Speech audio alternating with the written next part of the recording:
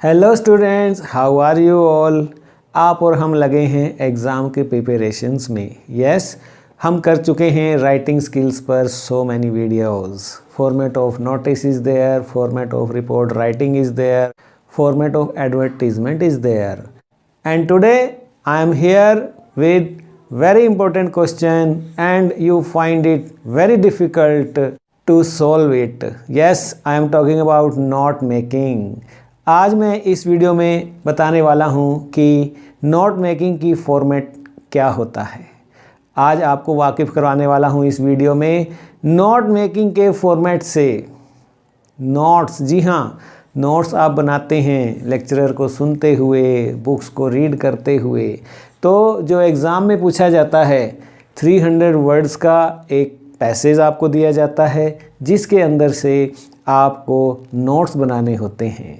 11वीं और 12वीं क्लास के स्टूडेंट हैं अगर आप हरियाणा में, अदर स्टेट बोर्ड्स में तो 5 नंबर का पूछा जाता है, और अगर आप हैं CBSE के स्टूडेंट्स तो 8 नंबर का पूछा जाता है। तो चलिए आज हम बात करेंगे फॉर्मेट ऑफ नोट मेकिंग। सबसे पहला काम आपने क्या करना है, आपने रीड करना है पैसेज को। यस, 300 वर्ड्स को अच्छे से रीड करना है, जिस्ट ले लेना है और देखना है कि टाइटल देना है। 1 नंबर टाइटल का ही है, चाहे आप CBSE में हैं चाहे हरियाणा में हैं। टाइटल लिख दीजिए। यहाँ पर हम कह लेते हैं नोट मेकिंग। हम नोट मेकिंग डिस्कस कर रहे हैं ना, तो मैं आपको आज नोट मेकिंग के ही नोट्स बनवा देता हूँ। ठीक है, तो टाइटल लिखिए नोट मेकिंग। दूसरी बात, आपने इंडेंटेशन करना होता है। नोट्स बनाने हैं ना, तो उनको एक फॉर्म में लिखना होता है, गैप्स में। कैसे, देखिए आप। तो जो हमने टाइटल की बात की, ये हेडिंग हो गया, इसके सब हेडिंग बनाने हैं। उस सारे इंफॉर्मेशन को आपने हेडिंग और सब हेडिंग में बांटना है। तो टाइटल के अगर हम हेडिंग को सब हेडिंग में बांटें तो टाइटल के बारे में आपको बता रहा हूँ 1 नंबर का रहने वाला है। तो if the title is given 1 so the sub title will be 1.1। और देखिए थोड़ा सा ये राइट हो गया है, आप देख रहे हैं। इस तरह का इंडेंटेशन भी आपने करना है। और टाइटल के बारे में कि 5 से 10 वर्ड से ज़्यादा ना हो। 1.2 हो गया। 1.3 में एक बात और बता देता हूँ, as short as possible it should be. तो इस तरह से टाइटल अगर हेडिंग है तो सब हेडिंग में आपने बना दिया है इसको। चलिए दूसरी बात करते हैं, नोट्स विद इंडेंटेशन। ये आपने इंडेंटेशन कर भी दिया है, तो नोट्स बनाने हैं आपने। नोट्स में क्या होता है, चाहे आप हरियाणा में हैं या फिर CBSE के हैं, 3 नंबर आपके नोट्स के हैं, 3 मार्क्स। तो अगर हमने नोट्स विद इंडेंटेशन को 2 नंबर दिया है, हेडिंग का बनाया है सेकंड हेडिंग, तो सेकंड हेडिंग का जो सब हेडिंग बनेगा ये कहलाएगा 2.1, जिसमें मैं आपको बता रहा हूँ कि नोट्स जो हैं ये 3 मार्क्स के हैं। दूसरा, आपने उस इंफॉर्मेशन को हेडिंग और सब हेडिंग में बांटना है, 2.2 हो गया। 2.3 में आपने ध्यान रखना है कि नोट मेकिंग करते हुए आपने जब नोट्स बनाने हैं तो आप क्या करते हैं, पूरा का पूरा सेंटेंस तो नहीं लिखते हैं ना। तो 2.3 में आप डालेंगे only words, phrases and not complete sentences. समझ आ रहा है आपको। मैं आपको नोट्स बनवा रहा हूँ कि नोट मेकिंग कैसे लिखते हैं, कैसे अटेम्प्ट करते हैं अगर आप हैं 11वीं और 12वीं के स्टूडेंट्स। और अगर आपका पैराग्राफ ऑलरेडी 3 और 4 पैराज में डिवाइडेड है तो एक पैरा आपको एक हेडिंग देगा और उसके अंदर सब हेडिंग भी आपने निकालने हैं। As many paras as many headings. और 2.5 में आपने इस सब इंफॉर्मेशन को लॉजिकल सीक्वेंस में डाल देना है। ठीक है, तो ये 4 नंबर आपको मिल जाएंगे। आगे फॉर्मेट में एक चीज़ और आती है, यूज़ ऑफ एब्रीविएशन, क्योंकि आपने उसको कंप्रेस करना है। 300 वर्ड्स को आपने छोटा करके लिखना है, नोट्स बनाने हैं, तो एब्रीविएशन की अपनी इंपॉर्टेंस है फॉर्मेट में। तो अगर हमने यूज़ ऑफ एब्रीविएशन को नंबर 3 दिया है हेडिंग, तो सब हेडिंग बनेंगे यूज़ ऑफ एब्रीविएशन, चाहे आप हरियाणा में हैं, अदर स्टेट बोर्ड में या CBSE में, 1 नंबर रहने वाला है। तो 3.1 को आप बनाएंगे 1 मार्क, और 3.2 को क्या बनाएंगे कि आपने जो एब्रीविएशन है उसकी की टेबल बनानी है। ठीक है, और कम से कम 4 एब्रीविएशन उसमें रखने हैं। तो ये तीसरी बात हो गई तीसरे हेडिंग की, तीसरा सब हेडिंग बन गया 3.3। और चौथी बात इसमें लिखिए 3.4 में डालेंगे उसको कि की इन अ बॉक्स, एक बॉक्स बनाना है, की उसके अंदर डालनी है आपने। की जो है एब्रीविएशन है वो कई तरह की होती हैं, वो कॉमन हो सकती हैं जैसे हाई कोर्ट, वो यूनिवर्सल हो सकती हैं UNO, NASA, नासा, ठीक है, वो ओन इन्वेंटेड भी हो सकती हैं जैसे मैसेज को आप क्या लिख सकते हो MSG डॉट। इंटरनेशनल को आप क्या लिख सकते हैं INT''L। तो ये जो है सेल्फ इन्वेंटेड भी हो सकती हैं, तो कम से कम 4 जरूर रखिए। तो ये हो गया 5 नंबर का। यहाँ पर हरियाणा और अदर स्टेट बोर्ड का काम खत्म नोट मेकिंग का, वो बनता है 1.4 का। अगर आप CBSE में हैं तो आपको समरी भी लिखने को कहा जाता है, फॉर्मेट में आ जाता है ये। अगर हम 4th हेडिंग बना रहे हैं समरी को, क्योंकि हम सारी इंफॉर्मेशन को हेडिंग और सब हेडिंग में बांट रहे हैं। पहला हेडिंग टाइटल, दूसरा हेडिंग नोट्स, तीसरा हेडिंग एब्रीविएशन और चौथा हेडिंग समरी। अब इसके अंदर सब हेडिंग क्या आ रहा है कि ये जो है समरी वो सिर्फ और सिर्फ CBSE वालों को बनानी होती है। और 4.2 में लिखिए कि ये 3 मार्क्स की होती है। और ये 3 मार्क्स भी आगे बटे होते हैं, कंटेंट का 2 होता है समरी बनाने में और एक्सप्रेशन का 1 नंबर होता है। कितने वर्ड्स में बनानी है? 80 वर्ड्स में बनानी है। तो ये कीजिए आप 4.3। और एक तरह से आपने समरी में क्या किया, आपने 300 वर्ड्स को पढ़ा और वो सारी इंफॉर्मेशन नोट्स के रूप में कंप्रेस कर दी। अब समरी में क्या करना है, एक बार फिर से आपने उन्हीं इंडेंटेशन जो किया आपने नोट्स का वहाँ जाना है और उसमें से 80 वर्ड्स में उसकी समरी लिख देनी है। यानी कि आप पहले 300 को नोट्स में कंप्रेस कर रहे हैं और उसके बाद लास्ट में समरी लिखते हुए उसको फिर से डीकंप्रेस कर रहे हैं to get meaning out of that text. तो ये जो है फॉर्मेट रहने वाला है। क्योंकि मार्च 2019 मैं आपको सॉल्व नहीं करूंगा, आपसे ही सॉल्व करवाऊंगा, क्योंकि मेरे हाथ में है ये आंसर शीट आप जैसे ही एक बच्चे की। तो चलिए देखते हैं कि 5 नंबर का ये प्रश्न हरियाणा बोर्ड का ये बच्चा है कैसे सॉल्व किया है। आप देख रहे हैं इसने इसको टाइटल भी दिया है और इंडेंटेशन भी किया है, हेडिंग और सब हेडिंग भी बनाए हैं। ऐसे तो आपको नहीं दिखेगा, मैं आपको स्क्रीन पर इस बच्चे की आंसर शीट दिखाने वाला हूं। तो चलिए आपने कैसे सोल्व करना है, बिल्कुल कैसे पैसेज को रीड करना है, कैसे उसका टाइटल निकालना है, कैसे आपने उसकी इंफॉर्मेशन को हेडिंग और सब हेडिंग में बांटना है, ये सब आपको इस वीडियो से पता लगने वाला है। क्वेश्चन सेकंड जो है नोट मेकिंग का रहने वाला है। Read the following passage carefully and make notes on it using headings and subheadings, supply an appropriate title also. तो यहाँ पे आपने क्या करना है, इसको ध्यान से पढ़ना है और नोट्स बनाने हैं। नोट्स कैसे बनते हैं? यूजिंग हेडिंग एंड सब हेडिंग्स। तो ये आप देख सकते हो इस तरह का इस बच्चे ने बनाया है, बिल्कुल ठीक है। आप ABC, B, ABCD और फिर D का सब पार्ट भी बनाया है, एक दिया है इसने, है ना। तो इस तरह से आपने इस तरह से यहाँ पर देखिए C का स्कल्पचर, D का कमीशन्ड बाई, E में बिल्ट फॉर, B में फिर से हेडिंग, सब हेडिंग और सब हेडिंग ये बनाए हैं। और टाइटल भी दिया है sanctity of the Somnath temple. तो आपने क्या करना है नोट मेकिंग में, सबसे पहले आपने इसको पढ़ना है। तो चलिए पढ़ते हैं। The small village of Somnathpur contains an extraordinary temple built around 1268 AD by the होयसलास of Karnataka. आप नोट करते चले जो जो बातें आपने नोट मेकिंग में करनी है, अंडरलाइन भी आप कर सकते हैं, रफ शीट पर आप लिख सकते हैं। One of the most prolific temple builders Belur and Halebid are among their better known works. While these suffered during the invasion of the 14th century, the Somnathpur temple stands more or less intact in near original condition. वो आज भी जो है सबूता का सबूता खड़ा है। This small temple captivates the beauty and vitality of its detailed sculpture covering almost। अब sculpture के बारे में बता रहे हैं तो ये आपका हेडिंग हो जाएगा। आगे सब हेडिंग इसके बारे में क्या बताया जा रहा है। Every inch of walls, pillars and even ceilings. It has 3 shikhars and stands on a star shaped raised platform with 24 edges. ये आ जाएगा, उसके बारे में सब हेडिंग बन जाएंगे। The outer walls have a profusion of detailed carvings, the entire surface run over by carved plaque of stones. There were vertical panels covered by exquisite figures of god and goddesses, with many incarnations being depicted.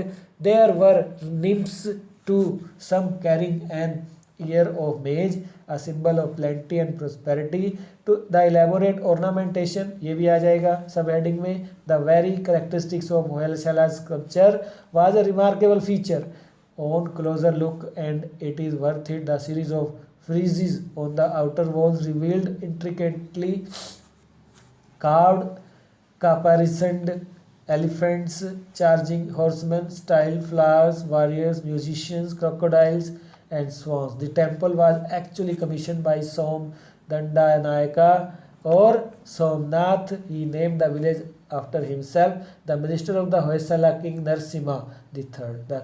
ये भी आ जाएगा। The temple was built to house 3 version of Krishna. ये भी आ जाएगा heading subheading में, कृष्णा और कृष्णा के तीनों रूप। The inner centre of the temple was Kalyana Mandapa. Leading from here were 3 corridors, each ending in the shrine, one for each kind of Krishna, Venugopala, Janardana, Prasanna, Keshwa.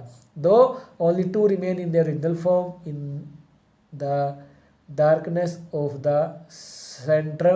sectorum, I tried to discern the different images. The temple sculptural perfection is amazing, and it includes the doors of the temple and 3 elegantly carved towers. तो आपने देखा कि whole paragraph discusses about temple of Somnath, है ना। तो यहाँ पर आप देखते हैं इस बच्चे के माध्यम से कि इसने कैसे सॉल्व किया है, टाइटल क्या दिया है ना। तो आप देखिए, आप सबसे पहले इसी को हम रीड करते हैं। तो केम इनटू बीइंग का है, तो बड़ा अच्छा इसमें शुरू में ही दिया था। केम इनटू बीइंग इस बच्चे ने लिखा, इसको बनाया ए और उसका स्मॉल ए, स्मॉल बी और स्मॉल सी, यानी कि ये हेडिंग हो गया और ये सब हेडिंग हो गए। तो केम इनटू बीइंग में अस्तित्व में कब आया? 1268 AD by Hoysalas intact of invasions. ठीक है, तो ये हो गया। अब तक भी वो जो है इन्वेजन से, आक्रमणों से बचा हुआ था। होयसालाज ने बनाया, 1268 में बनाया, पहली बात हो गई। अब बी पर आ जाए, स्ट्रक्चर के बारे में बात कीजिए। आपने देखा कि जब सारा पैराग्राफ एक टेम्पल के बारे में है तो वो कब बना, और स्ट्रक्चर की बात हो रही है बी में। तो स्ट्रक्चर में क्या क्या उसने देखा? ए में दिया है उसने स्कल्पचर, मूर्तिकला, पिलर्स कैसे हैं, सीलिंग छतें कैसी हैं, और वर्टिकल पैनल में क्या है उसने आगे डी सब पार्ट ऑफ बी को सब पार्ट बनाया है। वर्टिकल पैनल पर क्या है? गॉड एंड गॉडेसेस हैं। तीसरी बात उसने दिखा, स्कल्पचर को और डिटेल में दिया। स्कल्पचर में क्या है, मूर्तिकला में किस किस की है? निम्स कैरिंग मेज, मक्का उठाए हुए, और वो फिर उसका आगे सब पार्ट बनाया है बच्चे ने। फर्स्ट का सिंबल ऑफ प्रोस्पेरिटी और सिंबल ऑफ प्लेंटी की बहुतायत थी, खुशहाली थी, उसका प्रतीक था जो मूर्ति कला थी, स्कल्पचर थी। और स्कल्पचर में फिर बी में बनाया, ऑर्नामेंटेशन कैसे है मूर्ति कला का? फ्रीजेस, एलिफेंट से सजाया, घुड़सवारों से, फूलों से। तो इस तरह से आपने देखा। सी मेन जो है हेडिंग, और उसके बाद ए सब हेडिंग, और एक और दो सब हेडिंग, फिर सी हेडिंग, बी सब हेडिंग, और 1 2 3 4 सब हेडिंग। तो ये बड़ा अच्छा बच्चे को पूरी ट्रेनिंग है नोट मेकिंग की, इस तरह से आपको हल करना होता है। डी में देखिए, कमीशनड बाई, किसने बनाया ये? सोम दंडनायका। कौन था वो? आगे लिखा है मिनिस्टर ऑफ किंग 3 नरसिम्हा। और ई में लिखा built for to have 3 version of Krishna, और दूसरा लिखा उसने inner centre called Kalyan Mandapa, और उसके सब हेडिंग में लिखा 3 कॉरिडोर थे, 3 वर्जन थे, वेणुगोपाल 1, जनार्दना 2 और प्रसन्न केशवा 3। तो इस तरह से आपने देखा ई हेडिंग का ए और बी सब हेडिंग है, और बी के सब हेडिंग भी बच्चे ने बनाए हैं। तो इस तरह से नोट मेकिंग में आपको दी गई इंफॉर्मेशन को, पैराग्राफ को इस तरह से हेडिंग और सब हेडिंग में बांटना था। हमारा क्वेश्चन भी यही था। और लास्ट में लिखा था supply an appropriate title also, तो इसने लिखा सैंक्टिटी ऑफ सोमनाथ टेम्पल, है ना, सोमनाथ टेम्पल की पवित्रता आज भी बनी हुई है, तो इसने इसको टाइटल लिया है। टाइटल वेरी भी कर सकता है, आप कोई और टाइटल देंगे तो भी आपको मार्क्स उसके मिलेंगे। ऐसा नहीं है कि आपने कोई और दे दिया तो आपके मार्क्स काट लिए जाएंगे, ऐसा नहीं है। ये ओपन एंडेड क्वेश्चन होता है जो टाइटल होता है, तो आपके मुताबिक जो आपको लगता है वो दीजिए। 20 बच्चे हैं तो 20 टाइटल भी आ सकते हैं इसमें, तो ये ओपन एंडेड रहता है, तो यहाँ भी फुल मार्क्स दिए हैं। तो देखा आपने इस बच्चे का सोल्व करने का तरीका, था ना सही? आपने भी बिल्कुल इसी तरह से, ठीक है। तो चलिए एक उदाहरण के माध्यम से मैं आपको एक एग्जांपल दे रहा हूँ, और ये मैंने एग्जांपल उठाया है +2 की प्री बोर्ड हरियाणा से, जो कि ये उसमें आया हुआ था, तो हमने सोचा कि ये आपके लिए एक दोबारा ट्राई हो जाएगा, और जो नए बच्चे हैं जो अभी ज्वाइन किया है जिन्होंने, उनके लिए भी। तो अब इस तरह का आएगा, उसके अंदर इस तरह से पैसेज के अंदर 1 2 3 4 5 मैं बाद में लिखने वाला हूँ, तो अभी हम 2 पॉइंट डिस्कस कर लेते हैं। तो सबसे पहला रूल यही है कि आपने उसको ध्यान से पढ़ना है, you have to read it thoroughly. तो इसमें क्या है, रीड करने पर आपने यू विल हैव एक आइडिया आपको हो जाएगा कि ये बात किसकी हो रही है, किस बारे में ये पैसेज जो है जिसका हमने टाइटल देना है। और फिर हमने साथ के साथ रीड करते हुए जरूरी पॉइंट्स को अंडरलाइन भी कर देना है, ताकि हम उसमें से नोट्स बना सकें, यानी कि उन नोट्स को अंडरलाइन को वही हमारे हेडिंग और सब हेडिंग होंगे, और हम प्रॉपर इंडेंटेशन करते हुए उनको लिख देंगे, और हमारा मैक्सिमम मार्क्स लेने का प्रयास होना चाहिए, और कंसेप्ट भी हमारा क्लियर होगा। तो चलिए शुरू करते हैं। सबसे पहले हम इसको रीड करते हैं कि what this passage is about, जिसका हमने नोट्स बनाने हैं। So first of all, read it. Weight loss clinic have become big business in India because 90% of affluent city Indians are overweight. 90% आबादी जो है ओवरवेट है, और वेट लूज क्लिनिक जो है अब गली गली में खुलते नजर आ रहे हैं। बिग बिजनेस हमारे देश में ये बन गया है। For the simple reason, reason क्या है, they constantly overeat foods like pastry, chocolate, burger, but overweight Indians have no awareness. ये रीजंस जो आ रहे हैं आप देख रहे हैं, इन्हें अंडरलाइन करते रहिए, तो यही हमारा एक तरह से ये हेडिंग बनेगा, और आगे ये सब हेडिंग हमें नजर आने लग गए हैं। साथ ही हमें ये भी पता लग रहा है पढ़ते पढ़ते कि ये जो पैसेज है किस बारे में बात कर रहा है, हमें टाइटल भी समझ में आ रहा है। Calorie of no awareness of calorie intake और कैलोरी बर्निंग, कि जो हमें इनटेक करना है और फिर उसे एक्सरसाइज द्वारा बर्न करना है या वॉकिंग द्वारा, इसकी जो है जागरूकता इंडियंस में नहीं है, और वे लोग पेस्ट्री, चॉकलेट और बर्गर्स बहुत खाते हैं, ओवर ईट फूड खाते हैं।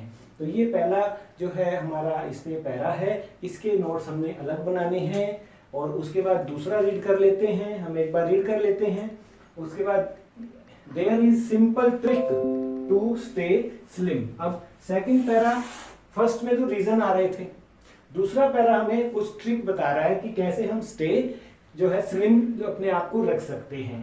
Don't keep fattening food at home. तो ये देख रहे हैं आप, ये निकल कर आ रहा है हमारे पास सब हेडिंग कि हाउ टू स्टे स्लिम, और उसमें बात आ जाएगी हेडिंग के अंदर, सब हेडिंग में, कि don't keep fattening food at home like biscuit, chocolates, और instead keep lots of seasonal fruits. बल्कि घर में क्या रखें आप, जो मौसमी फल हैं वो रखें। कौन कौन से हैं ये भी दिया है, आप guava, apple, oranges and salad को है रख सकते हैं।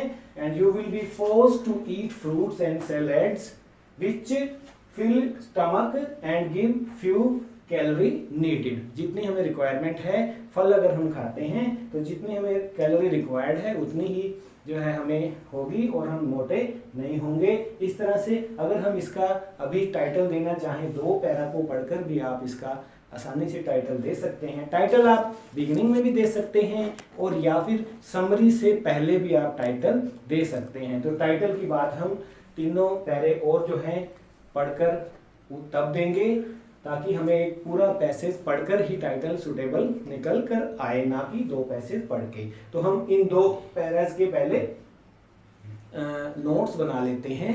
तो पहला जो ये पैरा है ये हमें बता रहा है रीजन ऑफ ओवरवेट। तो आप यहां इसको नंबर 1 दीजिए, रीजन ऑफ ओवरवेट, और यहां पर से इसको थोड़ा राइट होते हुए 1.1 दीजिए। तो सबसे पहला रीजन आप देख सकते हैं क्या निकल के आ रहा है कि overeat foods.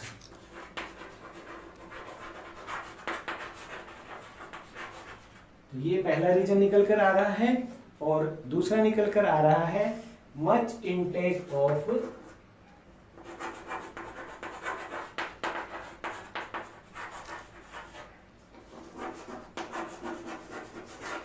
High calorie food.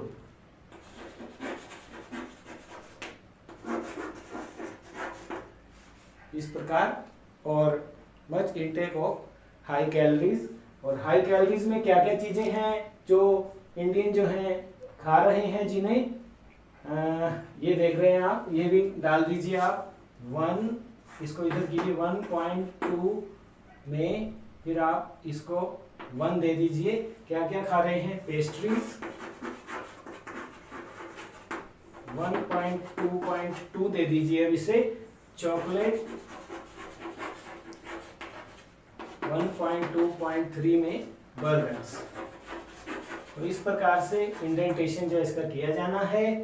और आगे बढ़ते हैं, रीजन ऑफ ओवरवेट का है जो है इस प्रकार से हो जाएगा, नो अवेयरनेस। तो इसमें भी आ जाएगा कि no awareness of calorie intake, no awareness, तो 1.3 में। तो 1 हेडिंग, फर्स्ट हेडिंग जो है रीजन ऑफ ओवरवेट, इसके अंदर हमने ये डाला ओवर ईट करते हैं फूड का।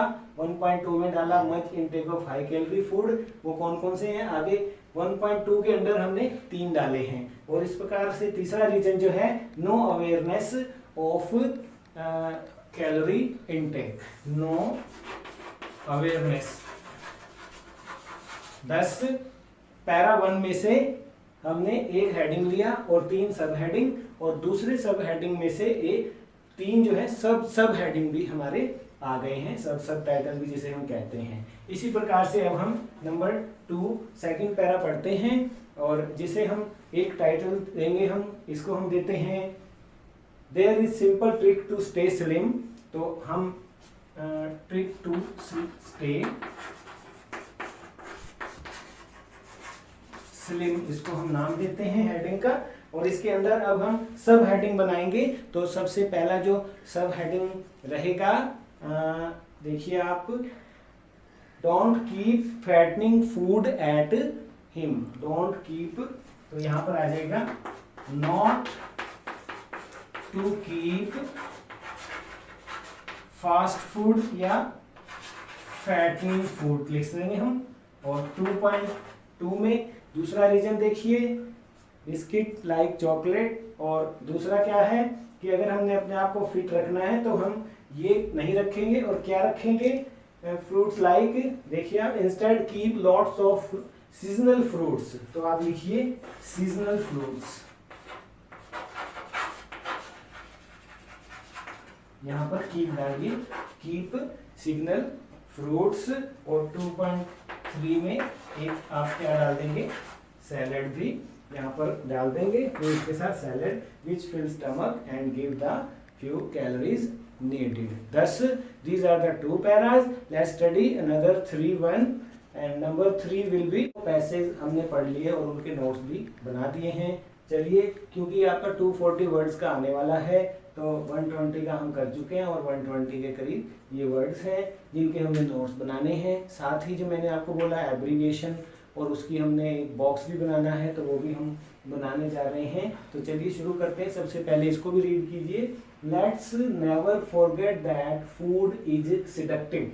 ये नहीं भूलना चाहिए कि फूड जो है हमें एक सिडक्टिवनेस देता है, and virtually impossible to resist.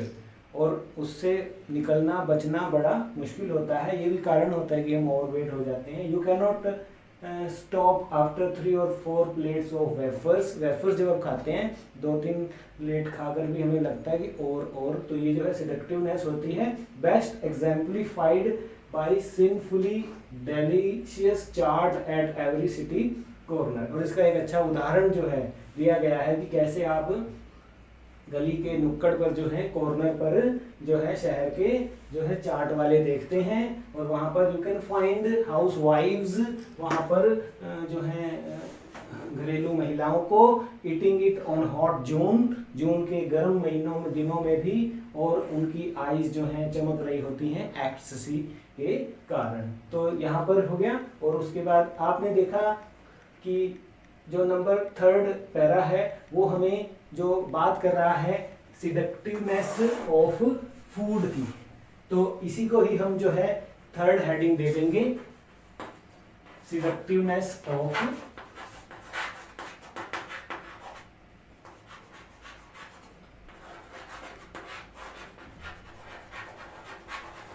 Food की।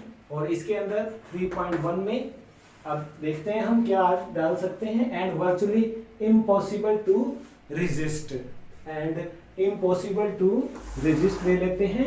और इम्पॉसिबल को मैं शॉर्ट फॉर्म में लिख देता हूं, इम्पॉसिबल टू रेजिस्ट है। तो 3rd पैरा जो हमें बता रहा है सेडक्टिवनेस ऑफ फूड के बारे में कि ये जो है इम्पॉसिबल टू रेजिस्ट होता है। एंड 3.2 में हम देख लेते हैं कि क्या बताने वाला है और क्या है इसमें। You can not stop after 3 और 4 plates of wafers. Best exemplified is best by sinfully delicious chaat at every city corner. तो आप शहर के हर नुक्कड़ पर इन्हें देख सकते हैं सिडक्टिवनेस ऑफ फूड की। तो चाट एट सिटी कॉर्नर जो है ये है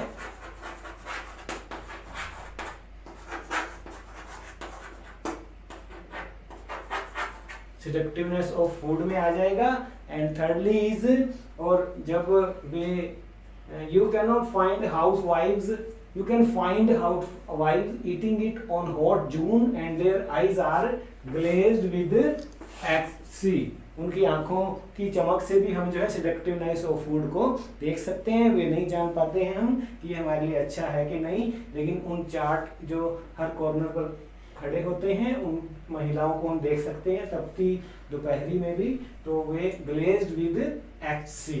तो यहाँ पर हम सेडक्टिवनेस ऑफ फूड का एक इफेक्ट देख रहे हैं कि महिलाएं जो हैं ग्लेज्ड विद एक्सी को मैं शॉर्ट फॉर्म में ले लेता हूँ यहाँ पर इस तरह से। तो यहाँ भी मैंने एब्रिविएशन यूज किया है और यहाँ भी मैं एब्रिविएशन यूज कर रहा हूँ। तो ये 3rd पैरे से इस प्रकार से 3 में 3.1, 3.2 और 3.3 3 जो है सब हेडिंग निकल कर आए हैं। Let's move to 4th। Natural food is never so tempting. जो प्राकृतिक भोजन होता है हमारा वो इतना हमें टेम्पटस नहीं करता है। If you eat an Apple, अगर आप एक एप्पल खाते हैं यू फील सैटिएटेड, तो आपके को जो है संतुष्टि मिलती है। बट वेफर्स, चॉकलेट्स और केक डोंट सैटिएट, उनसे वो हमें सैटिएट नहीं कर पाता है। They create craving for more, rather we crave for more by eating wafer and chocolate. So you see this passage 4 is talking about natural food. तो हम यहाँ पर 4th को देखते हैं, नेचुरल फूड। और यहाँ 4.1 में हम ले जाएंगे कि नेचुरल फूड से जो है आप क्या हो जाते हैं। Natural food is never so tempting, if you eat an apple you feel satiated. तो 4.1 में हम लिख देंगे यू फील सैटिएटेड को मैं एब्रिविएशन में ले जाता हूँ सैटिएटेड। तो ये 3rd एब्रिविएशन हमने यूज कर लिया है। और 4.2 में बट वेफर्स, चॉकलेट और केक्स जो है don't satiate, they create craving for more. तो डोंट नेचुरल फूड जो है दे फील सैटिएटेड, और जो दूसरे फूड होते हैं वेफर से हैं, उनकी वजह से हम don't crave for more, don't crave for more. By eating natural food we don't crave for more. Now you see, it's not important that every jo heading should be having 3 subheadings. If para is small and having just 3 lines, only 2 points we are able to get out of it, then it will do. As you will see in 5th one, losing weight requires knowing which foods are rich in calorie and which are not. See, this is only 2 lines para, और इसमें से हम देख लेते हैं कितने point हम निकाल पाते हैं। तो नंबर 5 को हम हेडिंग जो है देंगे कि इसमें क्या कह रहा है कि losing weight requires knowing which foods are rich in calorie and which are not. तो हमें जानना है कि कौन सा भोजन हमारे लिए अच्छा है, कौन सा भोजन जो है कम कैलोरी का है, कौन सा ज्यादा कैलोरी का है। तो हम कहेंगे, इसको हेडिंग दे देते हैं नो योर फूड। जैसे आजकल बैंक कहते हैं know your customer, KYC form भरिए, तो इसी प्रकार हम इसको रिलेट करते हैं नो योर फूड से। और इसके अंदर जो हेडिंग डालेंगे, सब हेडिंग डालेंगे हम 5.1 में क्या कहेगा, नो योर फूड में क्या आ जाएगा कि which food are rich in calorie, rich in calorie. Calorie को मैं फिर से एब्रीविएशन ले लेता हूं, एंड 5.2 में which are not rich in calorie.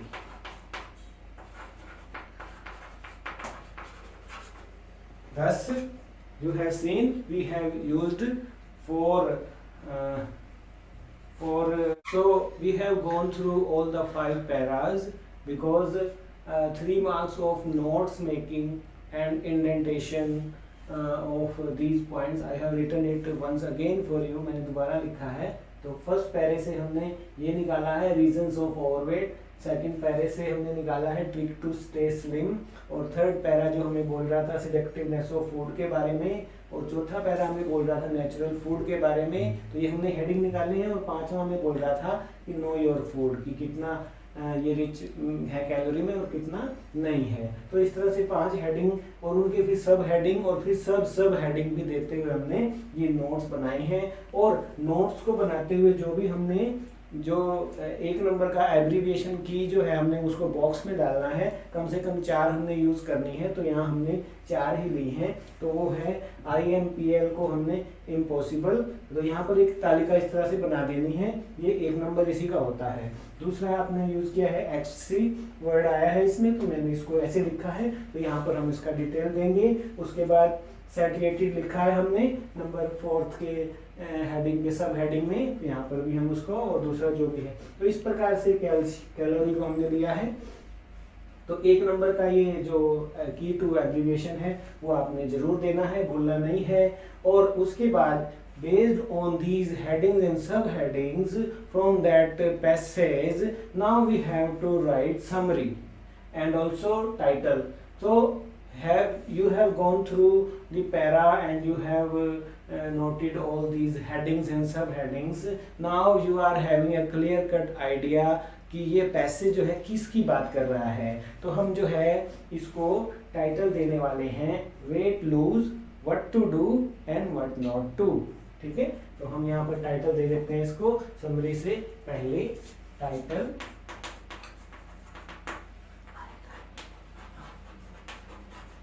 Wait lose, what to do and what not.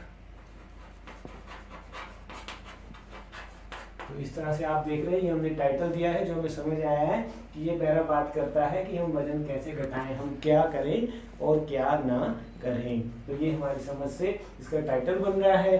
अब based on that passage and based on those 5 paras and these heading and subheadings, we will have summary which is of 3 marks.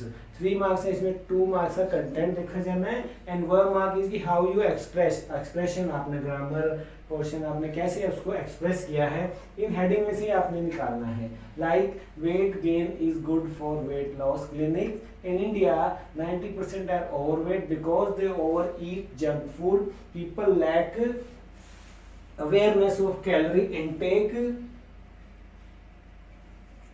and by avoiding keeping fat foods and fruit and salad intake one can lose weight easily।